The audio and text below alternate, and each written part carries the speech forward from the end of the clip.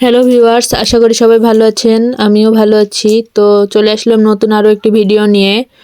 আজ বানাবো চালতার আচার। তো চালতার আচার কে কে পছন্দ করেন অবশ্যই কমেন্টে জানিয়ে দেবেন। তো দেখুন চালতাগুলো আমি এখন কেটে নেব।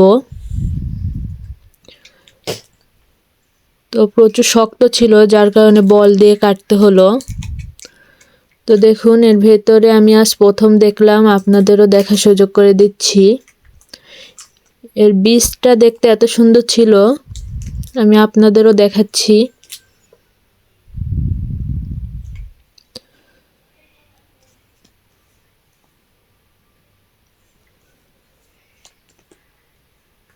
তো দেখুন কত সুন্দর ভেতরের বীজটা। তো আমি এবার এগুলো চিকন চিকন করে কেটে নেব। তো এটিকে অনেকক্ষণ ধরে সিদ্ধ করতে হবে, কারণ এটি সহজে সিদ্ধ হতে চায় না, যার কারণে আমি প্রেসারে দেব।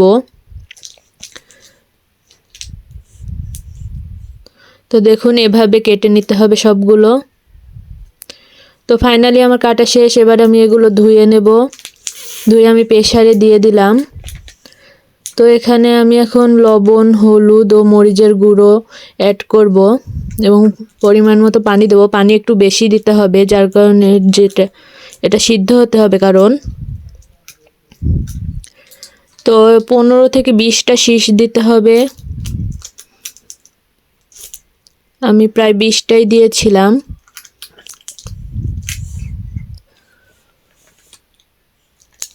তো এদিকে আমি ধনিয়া ও জিরা গুঁড়ো করে নেব, যেহেতু শেষ হয়ে গিয়েছিল। তো এগুলো ভেজে আমি এখন ব্লেন্ডার করে নিলাম। আর এদিকে দারচিনি গুঁড়ো করে নিচ্ছিলাম। এখন তেলে দেব, যার কারণে রসুন ও পাঁচফোড়ন দিয়ে আমি তেলে দিয়ে নিলাম। তো দেখুন এখন এখানে আমি আবার নতুন করে সব মশলা অ্যাড করব। প্রথমত চিনিটা অ্যাড করে নেব। তো চিনি বেশি লাগবে, যেহেতু এটি টক। তো এটিকে আমি ঘুটনি দিয়ে একটু ঘুটে নিলাম, কারণ এটি একটু থেতা থেতা হলে ভালো লাগে।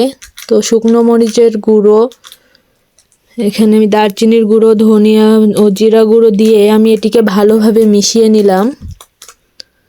তো এখন আমি এটিকে নামিয়ে নেব। তো আজকের ভিডিও এ পর্যন্তই। ভিডিওটি ভালো লাগলে অবশ্যই লাইক কমেন্ট করবেন। ধন্যবাদ সবাইকে।